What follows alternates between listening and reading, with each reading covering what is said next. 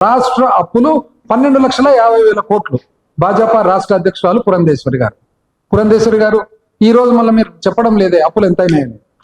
ఇంకా వెనకాల చూడండి, ఆర్థిక శాఖపై సీఎం సమీక్ష. మొత్తం అప్పులు 14 లక్షల కోట్లు ఉన్నట్లు ఆర్థిక శాఖ అంచనా. ఆర్థిక శాఖ 14 లక్షల కోట్లు. మీరు ప్రభుత్వం వస్తాను మీరే 14 లక్షలు అంటారు, మీరే 3 లక్షలు అంటారు, మీరే 5 లక్షలు అంటారు, మీరే 7 లక్షలు అంటారు, మీరే 9 లక్షలు అంటారు. ఒక్క ఫిగర్ అండి. ఎందుకండి ఇట్లా అందరిని ఇట్లా సతాయిస్తారు ఊరికే కన్ఫ్యూజ్ చేసి?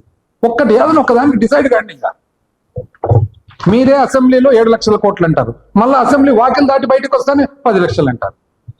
మరో శ్రీలంకగా రాష్ట్రం, మళ్ళా చంద్రబాబు నాయుడు గారు మరో శ్రీలంకగా రాష్ట్రం. నెక్స్ట్ వెనకాల మళ్ళీ దాన్ని గొప్పగా రాస్తారనమాట. మేలుకోకుంటే మనకు శ్రీలంక గతే ఈనాడు. ఇప్పుడు ఏమైతుంది? సింగపూర్ అవుతుందా? 5 రాష్ట్రాల అప్పు పరిస్థితి ఆందోళనకరం. మీరన్నా 5 రాష్ట్రాలు అంటున్నారు, ఇప్పుడు మొదటి రాష్ట్రం చూపిస్తా అది కూడా. అందులో 4వ స్థానంలో ఆంధ్రప్రదేశ్. అంటే మీరు రాసినప్పుడు, అంటే మేము ఉన్నప్పుడు 4వ స్థానం అని మీరు రాసినారు, ఇప్పుడు మొదటి స్థానంలో ఉన్నారండి మీరే. Don't worry. The print website సంచలనాత్మక కథనం. ప్రింట్ రాసినది ఇండియన్ ఎక్స్ప్రెస్, అది కూడా చెప్తా ఏమేమి రాసినారు ఇప్పుడు. రాష్ట్రంలో అధికారిక అప్పులు ఆధారికంగా ఈ కథనం. ఓహో, ఇప్పుడు లేదు పాపం, ఇప్పుడు శ్రీలంక కనపడు. మీరు ఇంకోటి ఇక్కడ ఆశ్చర్యించండి, మీరు అసెంబ్లీ సాక్షిగా ఎవరు? Will the minister for finance be please to state? ఆర్థిక శాఖ మంత్రి వర్యులు ఇచ్చిన సమాధానం ఈ మధ్యలో కౌన్సిల్లో ఏమని ఇచ్చినాడు? 2018-19 నాటికి అప్పు 3,07,000 కోట్లు. 2000 సుమారు అనుకోండి, ఒక 5 కోట్లు 6 కోట్లు ఇటువంటి. 2018 అంటే మేము ప్రభుత్వం ఏర్పాటు చేసుకున్నప్పుడు మీ ప్రకారంగా, మీరు లెజిస్లేటివ్ కౌన్సిల్ కి ఇచ్చిన ప్రకారంగా మంత్రి గారు కేశవుల్ గారు 3,07,000 కోట్లు. 12 జూన్ 2024 అంటే మేము దిగిపోయేటప్పటికి 6,77,850 కోట్లు. ఇంకా నిజం చెప్పాలంటే మీరు గ్యారంటీ లేని అప్పులు కూడా మీ బ్లాంక్ పెట్టినారు, ఖాళీగా నింపలే. అది నింపితే ఇంకా తగ్గుతుంది, తెలివిగా నింపలే. దాని కూడా 30,40,000 అది కూడా తగ్గుతుంది. కానీ మీ ప్రకారంగా చూసుకున్నా కూడా 6,77,850 కోట్లలో 3,07,000 కోట్లు తీసేస్తే ఎంత అండి? మేము చేసిన అప్పు 3,71,000 కోట్లు. 3,71,000 కోట్లు మేము అప్పు చేస్తే దాన్ని అప్పు అప్పు అప్పు శ్రీలంకన్ చేసి మీరు 1.5 సంవత్సరంలో 2,66,000 కోట్లు చేసి మీరా అని చెప్పేది? ఇదో మీరు చెప్తారు కదా రాష్ట్రంలో. ఇప్పుడు కాగ్ రిపోర్ట్ల ప్రకారం ఆంధ్రప్రదేశ్ మొదటి స్థానంలో ఉంది 6 నెలలకు, గత 6 నెలలకు. ఈ సంవత్సరం 63,052 కోట్లు. రెవెన్యూ రాబట్లేమో తగ్గిపోయినాయి. మీరు ప్రింట్ అని ఇంగ్లీష్ చెప్తారు కదా, ఇది ప్రింట్, ఇది times of India. Despite repeated warnings on fiscal Prudence, Andhra Pradesh emerged as most aggressive borrowers in 2025. ఇది ఆర్బీఐ రిపోర్ట్ ప్రకారం. ఎవరిది? Times of India. పిఎన్ఎస్ఓ వీళ్ళు చెప్పే ప్రకారం అయితే 9,000 కోట్లు సగటు నెల మీరు అప్పు చేస్తున్నారు. ఈ రోజు Indian express, APIs fiscal deficit is highest in history. ఈ రోజు ఇండియన్ ఎక్స్ప్రెస్ ఆంధ్రప్రదేశ్ రాష్ట్ర లోటు ఏదైతే, ద్రవ్య లోటు ఏదైతే ఉందో చరిత్రలోనే హైయెస్ట్. నేనేం చెప్పాలండి? ఇంతకంటే మేమేం చెప్పలేదు ఏమన్నా ఉందా? పోనీ దీన్ని మీరు ఎట్లా భావిస్తారు, మీరు ఎట్లా చెప్తారు అది కూడా చెప్తారు. అది మీకు ఏం అనుకూలం?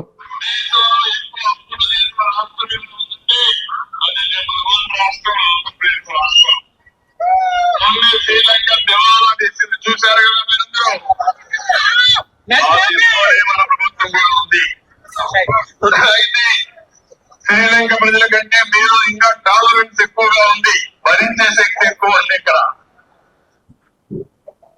బాగుందండి. శ్రీలంక కంటే భరించే శక్తి ఎక్కువ ఉందంట. ఇప్పుడు ఏమంటారు? ఇంకా ఇప్పుడు మా శక్తిని ఏమన్నా లాని 10 లక్షల కోట్ల రూపాయల అప్పులున్నాయి. 10 లక్షల కోట్లకు 1,00,000 కోట్ల రూపాయలు వడ్డీ కట్టాలి, మళ్ళా కూడా అసలు కట్టాలి. ఈ 2 కట్టాలంటే ఎక్కడ దేవాలని అర్థం కాలేదు. అప్పులిచ్చే మార్గం లేదు.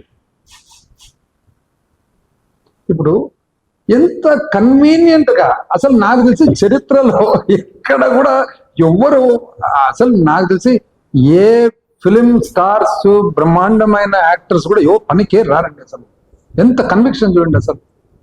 అసలు నిజం చెప్పాలంటే అప్పు మీ ప్రకారంగా మీరు అసెంబ్లీలో పెట్టింది. నేను చెప్తా వాస్తవానికి నిజం చెప్పాలంటే ఎన్నిసార్లు చెప్పినా మళ్ళీ మీరేమంటారు? ఒకసారి 3 లక్షలు అంటారు, ఒకసారి 7 లక్షలు అంటారు, 10 లక్షలు అంటారు, వాకిలి బయట పోతే 11 అంటారు, లోపలికి వస్తే నిజం చెప్పాలంటే 2014-19లో మీరు అప్పు సగటు సంవత్సరం మీద సంవత్సరం మీరు 22.6% పెంచినారు. మేము పెంచినది ఓన్లీ 13.5% మీతో పోల్చుకుంటే. మేము చేసిన అప్పు నథింగ్ అసలు మీతో పోల్చుకుంటే. ఈవెన్ నిజం చెప్పాలంటే ఒకవేళ కేంద్ర ప్రభుత్వంతో పోల్చుకుంటే కూడా 2014-19 ముందర కేంద్ర ప్రభుత్వము 4.4%, అంటే 2014-19లో కేంద్ర ప్రభుత్వం 4.4% పెంచింది. 2019-24లో అదే కేంద్ర ప్రభుత్వం 6.6% పెరిగింది. అంటే చంద్రబాబు నాయుడు గారు ఇంతకుముందు అధికారం ఉన్నప్పుడు కేంద్ర ప్రభుత్వం 4.4 పెరిగింది, మా సమయంలో కేంద్ర ప్రభుత్వం 6.6 పెరిగింది. ఎందుకు 6.6 పెరిగింది? కోవిడ్ ఉంది కాబట్టి. అదే సమయంలో మిగతా రాష్ట్రాలు అన్ని లెక్కేసుకుంటే 2014-19లో 1.9% పెరిగినాయి అన్ని రాష్ట్రాలు కలిసి.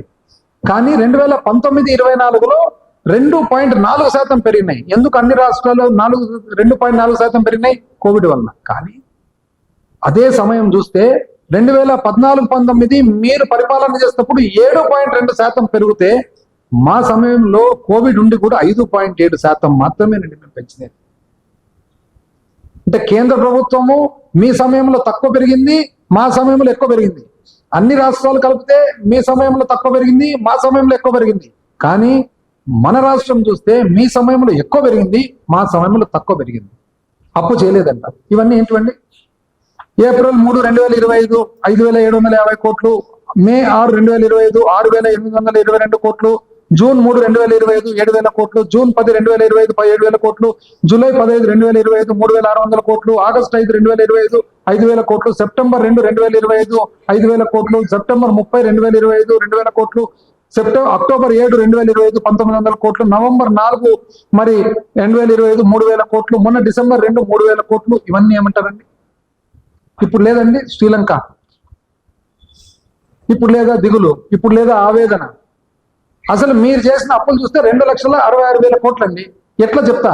మీరు కార్పొరేషన్ల గురించి ఇన్ని రాసినారు కదా, మీరు కార్పొరేషన్ల గురించి చేసిన అప్పులు ఈ మధ్య కాలం 1.5 సంవత్సరంలో చెప్తా. సివిల్ సప్లైస్ పౌర సరఫరాల సంస్థ 7,000 కోట్లు, నిజమా కాదా? మార్క్ఫెడ్ 18,700 కోట్లు, నిజమా కాదా? ఏపీఐఐసి 8,500 కోట్లు, నిజమా కాదా? ఏపీఎండిసి 9,000 కోట్లు, నిజమా కాదా? పవర్ ఫైనాన్స్ కార్పొరేషన్ 6,710 కోట్లు, నిజమా కాదా? విద్యుత్ సంస్థలు అన్ని కలిసి 10,385 కోట్లు, నిజమా కాదా? మొత్తం కార్పొరేషన్ల మీద 71,295 కోట్లు చేసినారే. దీంట్లో ఏ కార్పొరేషన్ డబ్బు ఆ కార్పొరేషన్ కోసం వాడినామని చెప్పగలుగుతారు ఇప్పుడు బయటకు వచ్చి వైట్ పేపర్? అంటే మీరు 9,000 కోట్లు ఖనిజాభివృద్ధి సంస్థ కోసం చేసినారు కదా, అది తెచ్చి కేవలం ఖనిజాభివృద్ధి సంస్థ కోసం వాడినామని చెప్పగలుగుతారా? చెప్తారా? వైట్ పేపర్ రిలీజ్ చేయండి. మార్క్ఫెడ్ కోసము, మార్క్ఫెడ్ ఎందుకండి? ఏదన్నా కానీ ఇబ్బంది కలిగినప్పుడు కనీస మద్దతు ధర అనేది ఇంప్లిమెంట్ చేసేదానికి మార్క్ఫెడ్ ద్వారా సేకరణ చేస్తారు. బయట పోయి రైతులను చూడుకోండి. మొక్కజొన్న 2,400 కనీస మద్దతు ధర అంటే 1,600 రోడ్డు మీద పోసి అమ్ముకుంటున్నారు. ఉల్లిగడ్డ అసలు కుళ్ళిపోయింది, అరటి తెంప లేకుండా ఉన్నారు. 18,700 కోట్లు ఏమిటికంటే మీరు చేస్తుండే తప్పు? అంటే ఏ రైతుకు ఈ 18,700 కోట్లలో మీరు ఏ డబ్బులు ఇచ్చినారు? కాబట్టి సేకరణ చేసిన సేకరణ. ఇది కాక అమరావతికి మొత్తం 40,000 కోట్లు, ప్రపంచ బ్యాంకు మరి ఏషియన్ డెవలప్మెంట్ బ్యాంక్ ఏటీపీ వచ్చి 15,000 కోట్లు, హడ్కో 11,000 కోట్లు, కేఎఫ్డబ్ల్యూ 5,000 కోట్లు, మరి 7,500 కోట్లు ఎన్ఏబి ఎఫ్ఐడి, మరి ఏపీపీ ఎఫ్పిఎల్ 1,500 కోట్లు, 40,000 కోట్లు ఏమిటికి వాడినారు? చివరకు పోలవరంకు మీకు ఇచ్చిన అడ్వాన్స్ డబ్బులు కూడా ఈ రోజుకి 1,107 కోట్లు మీరు ఇంతవరకు అసలు వాడుకున్నారు. అంటే ఇప్పుడు ఈ డబ్బులు మీరు ఏవైతే తీసుకుంటున్నారో మాకు అర్థమవుతున్నది ఏమిటికి వాడుతున్నారని. పోనీ అట్లని చెప్పి 31 డిపార్ట్మెంట్లకు ఈ రోజు కూడా జీతాలు ఇవ్వాలి. సివిల్ సప్లైస్ పౌర సరఫరాలు ఇచ్చినారండి జీతాలు, మెడికల్ అండ్ హెల్త్ వైద్య శాఖ ఇచ్చినారండి జీతాలు, సర్వేకి ఇచ్చినారా? వ్యవసాయ శాఖకి ఇచ్చినారా? పరిశ్రమ శాఖకి ఇచ్చినారా? కోఆపరేటివ్స్ ఇచ్చినారా? రవాణా శాఖకి ఇచ్చినారా? ఐఎన్పిఆర్ ఇచ్చినారా? ఖనిజాభివృద్ధి ఇచ్చినారా? ట్రైబల్ వెల్ఫేర్ ఇచ్చినారా? బీసీ వెల్ఫేర్ ఇచ్చినారా? స్టాంప్స్ అండ్ రిజిస్ట్రేషన్ ఇచ్చినారా? పంచాయతీరాజ్ ఇచ్చినారా? ఆర్డబ్ల్యూఎస్ ఇచ్చినారా? వాటర్ రిసోర్స్ ఇచ్చినారా? అరణ్య శాఖ ఇచ్చినారు? ఎక్కడ ఇచ్చినారు? ఇవన్నీ కాక మళ్ళీ మీరు చేసింది ఏమంటే ఏపీఎండిసి ద్వారా 9,000 కోట్లు, ఎప్పుడు కని విని ఎరగని రీతిలో 9,000 కోట్లు, మీరు 9,000 కోట్ల అప్పుకు మీరు ఏమేమి ఇచ్చినారండి?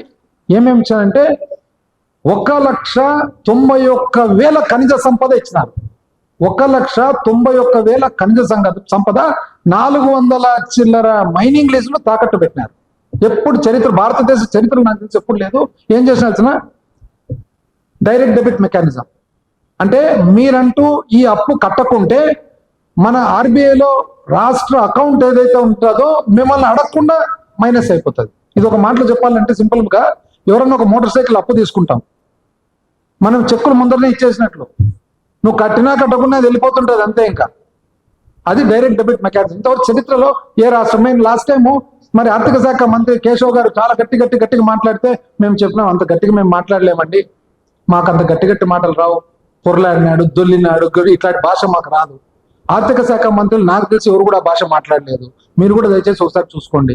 నాకు తెలిసి ఏ ఆర్థిక శాఖ మంత్రి ఆ భాష వాడలేదు.